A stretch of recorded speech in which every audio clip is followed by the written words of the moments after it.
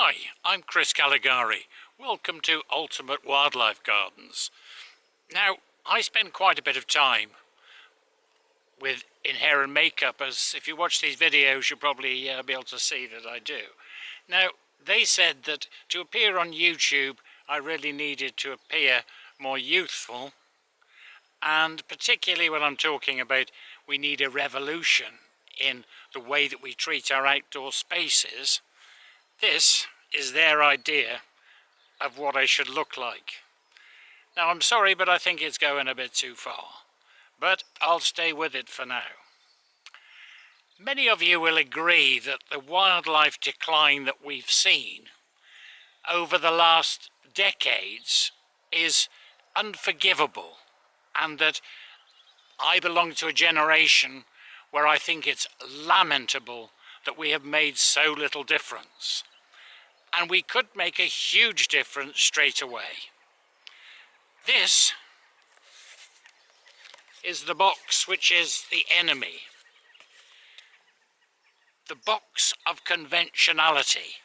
If we can escape that and persuade more people to escape it, our wildlife and our world will be so much better off. I know many of you will agree with that. Now's the time to get on board. So I'm going to mention right at the start that if you could like, subscribe, and ideally share it to put the word out, I'd be very, very grateful. Now, part one dealt with some important aspects of wildlife gardening in early autumn, but there are some absolutely essential elements which I didn't have time for. I can't let the videos get too long because otherwise people will get bored and switch off or whatever. Not that I can understand that, but I'd be very grateful if you'd stay with it to the end. Particularly because sometimes I do these things off the cuff, spontaneously. I've thought through the points I want to cover and the main points, but I sometimes miss some because I do work spontaneously, and so therefore I have to tack them on in a not too subtle way at the end. So if you could possibly stay with it, I'd be glad. Now, I want to touch particularly at the start of this video on hay meadows, grasslands, etc. Now, I don't think I have to look like this in order to appear on YouTube or to come up with ideas which some might think rather revolutionary. Many of you watching, I know, don't think it's all that revolutionary. I share that opinion. Now, I'm going to lose this attire because I don't believe it's necessary. It's uncomfortable and it makes me look stupid. Okay, I'll join you in a minute.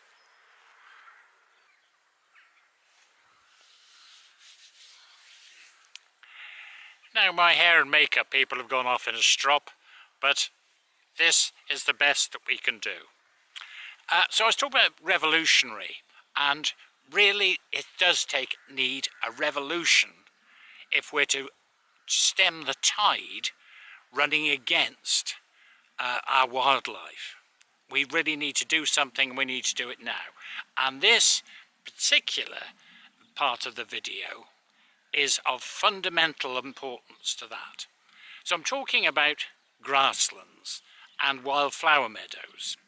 I'll just deal with one thing before I go into that, and that is sometimes I think with these videos you don't get a sense of scale. And it's very important that we do, because the area that I'm talking about, my wildlife area, is not rolling acres of British countryside. It's actually a very small space. So at this point, I'll just give you a brief scan around of where we are to give it a little bit of perspective on the size and the area that we're talking about. If we start up at the top end, I have my vegetable garden, which is maintained obviously organically, but is really quite traditional. And then below that, I have a small plantation of trees because we try and be fairly self-sufficient.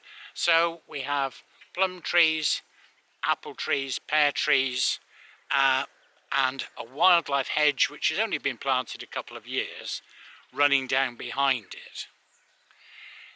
And if you notice, I have a crab apple. It's not particularly for pollination of our domestic fruit trees. That is really just there for the birds, because whenever possible, I make way for wildlife in my whole of my life and everything that I do in the garden and the grounds. I start with the premise that wildlife deserves a place on this planet, and it's our duty to accommodate that wildlife, not to eliminate it from our setting. A little bit further down, it descends into thick vegetation and a mature hedge behind it. Now if you look at the grassland, that's got lots of patches of soil. Now those are very active moles that we have in the area, and I very much like them. I love moles in actual fact.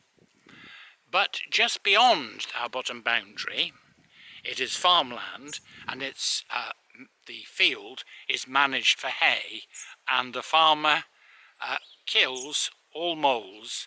If ever a molehill crops up on his land, that mole will be killed. So therefore, obviously, I'm very happy to have the moles on this land where they're safe, and I hope they don't go down into the land below. Now, I mustn't go off on a tangent.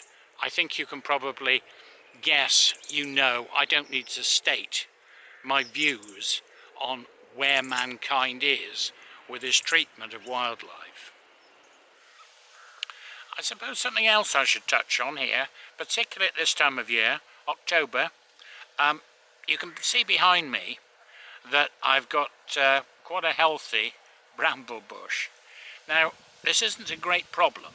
It's quite easy to manage. Again, I'll be doing another video on managing things like bramble patches, nettle patches, which are often regarded with some fear, but which we really should have in our gardens. We must make sure, as I'm sure you agree, we must make sure that we steer away from the old ideas of tidiness. These brambles behind me are such wonderful plants. Flowers, very, very popular, of course, with many species that we want. So the flowers are great, the fruits are wonderful, and here, harking back a little bit to the small mammals, it provides further opportunities for small mammals. Now in this area, I can't say I've got them in my garden because I haven't seen any evidence yet, but in this area we do have dormice, which have been in steep decline to a very, very worrying extent. But there are dormice in this area, so I'm always very mindful and very keen to make sure that I have the requirements that dormice would need. Now the whole philosophy here is that if I create opportunities for wildlife, if I create spaces, then the wildlife will come in, no doubt about it. Now a bramble patch like this, and this one happens to be growing over another of my rock piles, is just the sort of situation which will suit the dormice. So when you think about it, I've got fairly overgrown hedges, which I manage that way, obviously for the benefit of wildlife. I have plenty of hazelnuts, which they like.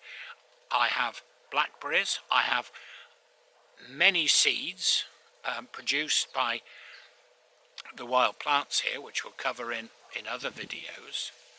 So all in all, I am optimistic, very optimistic, that I've created the right space and I will get dormice. I think there's every chance that they're probably resident already because conditions are so right for them. Sometimes we do get things which we're not quite so keen on. One thing we've got at the moment, which is just one of those things, because my small area, and it is a relatively small area here, has got spaces which I do allow to become overgrown and, okay, impenetrable, which they need to be to protect the animals that live in there. That's what attracts them. So I have had a pair of pheasants. Now pheasants, they're endemic in this country. They're not really native, but I'm an animal lover. What can I do? I just say okay. And they chose to nest and breed in my wildlife area. And now that causes me a slight problem. It causes me several problems actually, particularly because I've got a couple of dogs. And so I have to keep moving these half a dozen actually of the young pheasants to stop them from stop the dogs from trying to catch them. So I have to make sure that the pheasants are kept safe.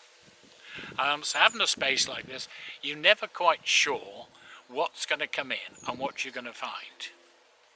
I operate very much on the basis that wildlife is first, and so wherever possible I create spaces that is their space, not for me. I will enjoy seeing them, I will enjoy being amongst the wildlife, but it is their space and they take priority. If I don't need the space, it is for wildlife. And so, for example, this bramble patch behind me, I'm happy with that. I'll keep it managed so that I mow behind it so it doesn't spread across. I've got a paved, or shortly to be paved, seating area that I'm sat on now. So it can't sort of escape and get totally out of bounds, and it's quite easy to prune to keep it in shape. But that will provide nesting sites for birds. It will protect the rock pile, which is great. It will make it a little bit more inhospitable for predators to come in. So a lot of wildlife will very much like that. It's close to the pond. I also have close by my log pile, which again I never disturb, and I won't disturb. Even though I might be fascinated to see what's living in there or whatever, I won't go in there because it is their space, and that's the way that I operate here. I have spaces which are impenetrable to me, and I keep them that way, whether they're a nettle bed, a pile of branches which has all sorts of brambles and nettles growing through it. The wildlife is safe in there, and they know it is. We've got a colony of sparrows. Actually, I can see one. I bet you haven't got the camera pointing that way, coming down and drinking at the pond this very minute. But all the time, the sparrows are in my hedges, in the bush pile, in the pile behind me, and wildlife really does thrive. When I'm making these videos, I always have to be careful not to go off on tangents, because I do speak fairly spontaneously, and I have to be very careful that I don't go off on tangents. It's partly because there's so much interest in the subject, and all these things are interlinked. But the main reason I'm stood here is, in fact, behind me, because this is something I've mentioned several times before.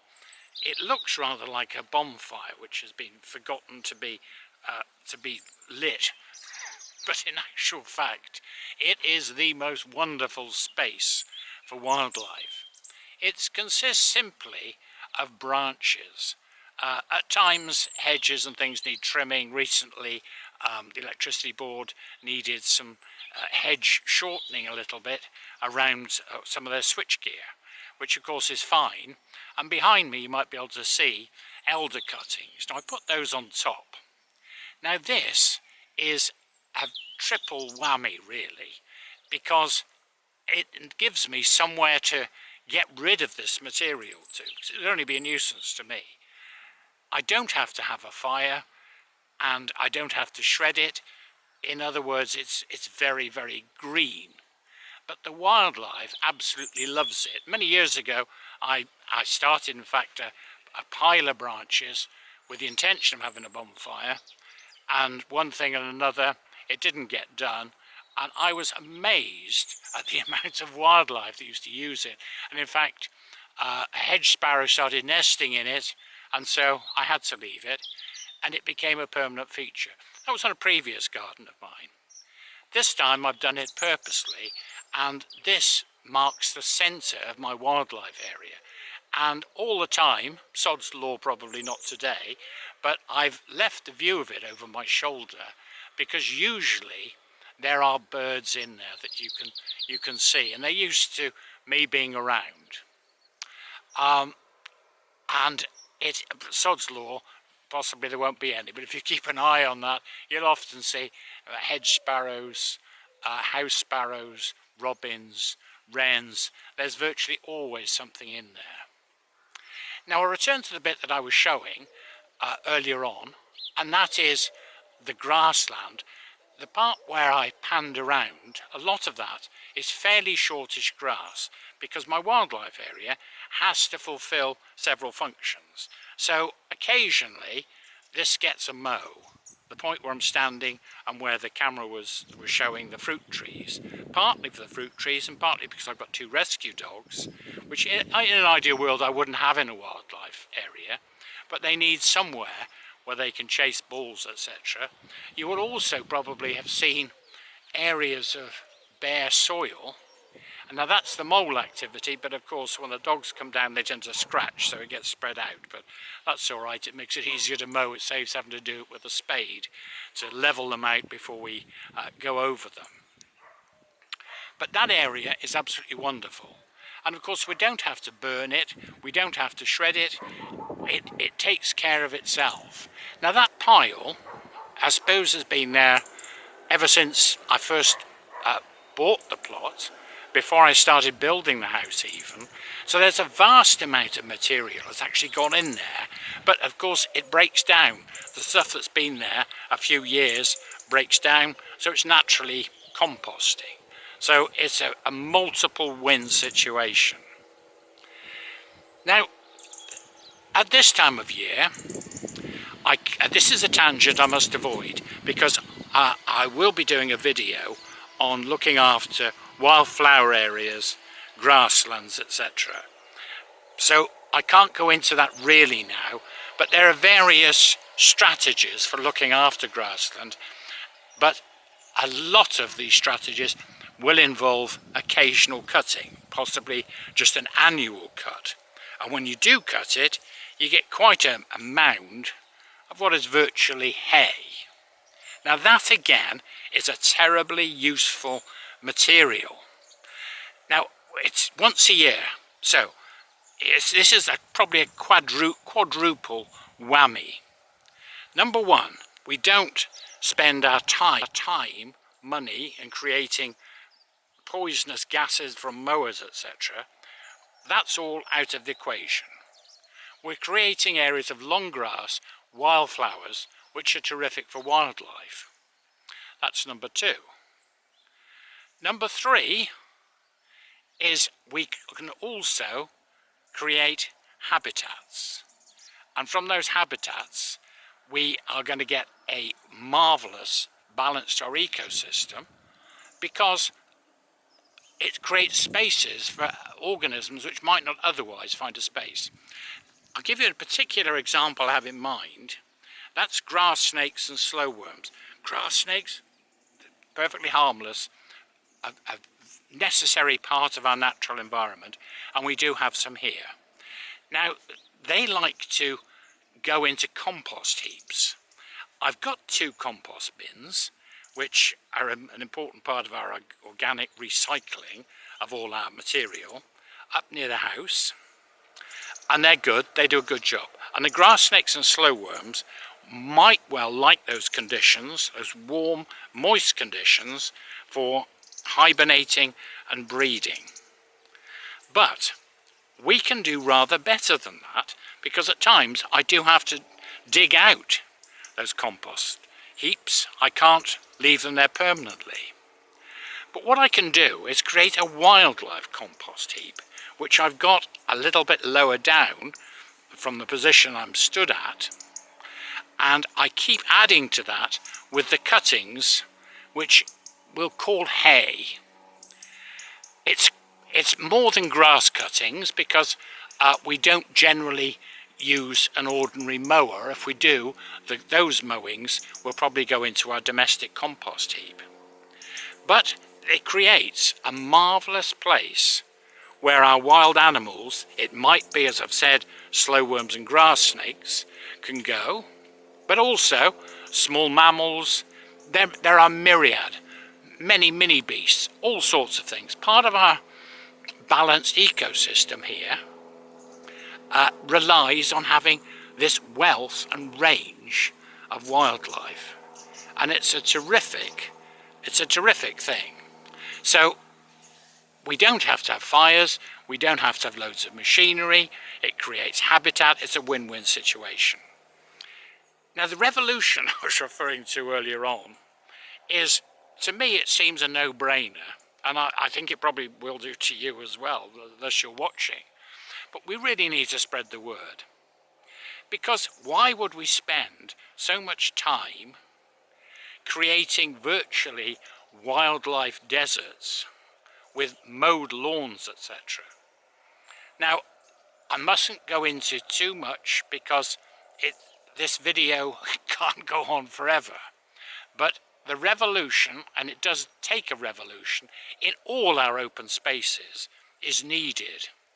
We spend so much time and create so much poisonous, gaseous material for really something that does no good. In fact, it does an enormous amount of harm. I've shown on previous videos our local church, which is only a couple hundred yards from me, and it has been tidied. This area does have some mowing because I need so much to exercise the dogs. It's essential. But I don't mow it more than necessary. And most of the wildlife area, and that part which I panned the camera across, is about 50% of my entire wildlife area. Possibly just under, but it's not a huge space. But what it has got is a vast amount of biodiversity, and that's what we want.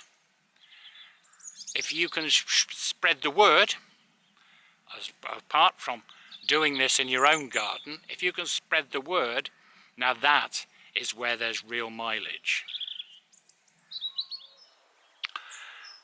I've moved now to the far corner of the nature reserve. Now sometimes I say to you, it's important to stay to the end of the video because sometimes I forget very important bits. Now there's loads more of very important things which I must mention, but I can't cover it all in this video.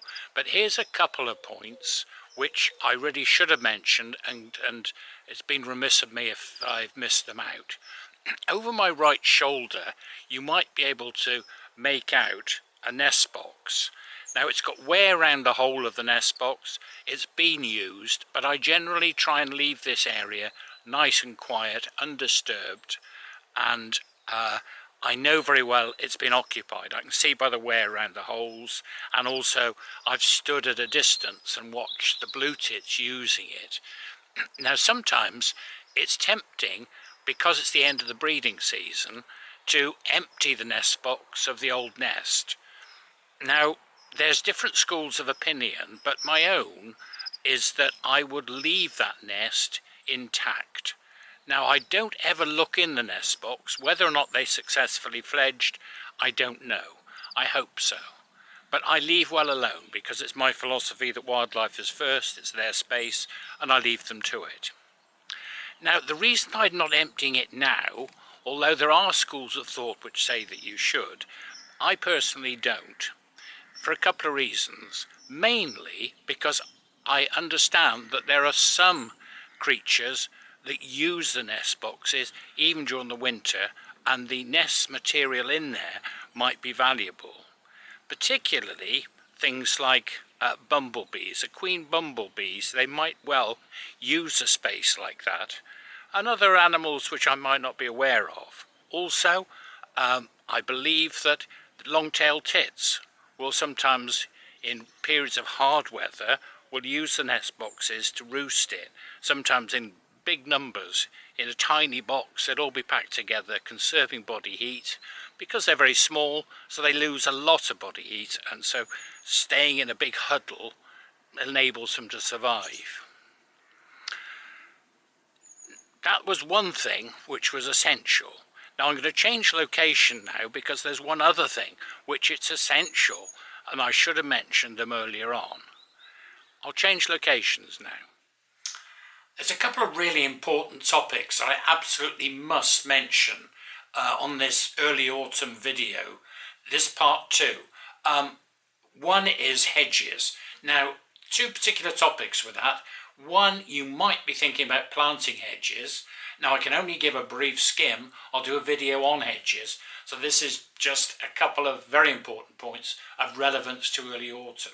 You might be thinking of planting a hedge. If you are, I hope very much that it might prove possible for you to plant a mixed native hedge.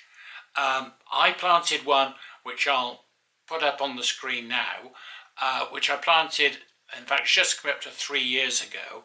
I bought them at 60 to 90 centimetres high, which is quite small, but they're quick to establish at that size, and they grow fairly quickly.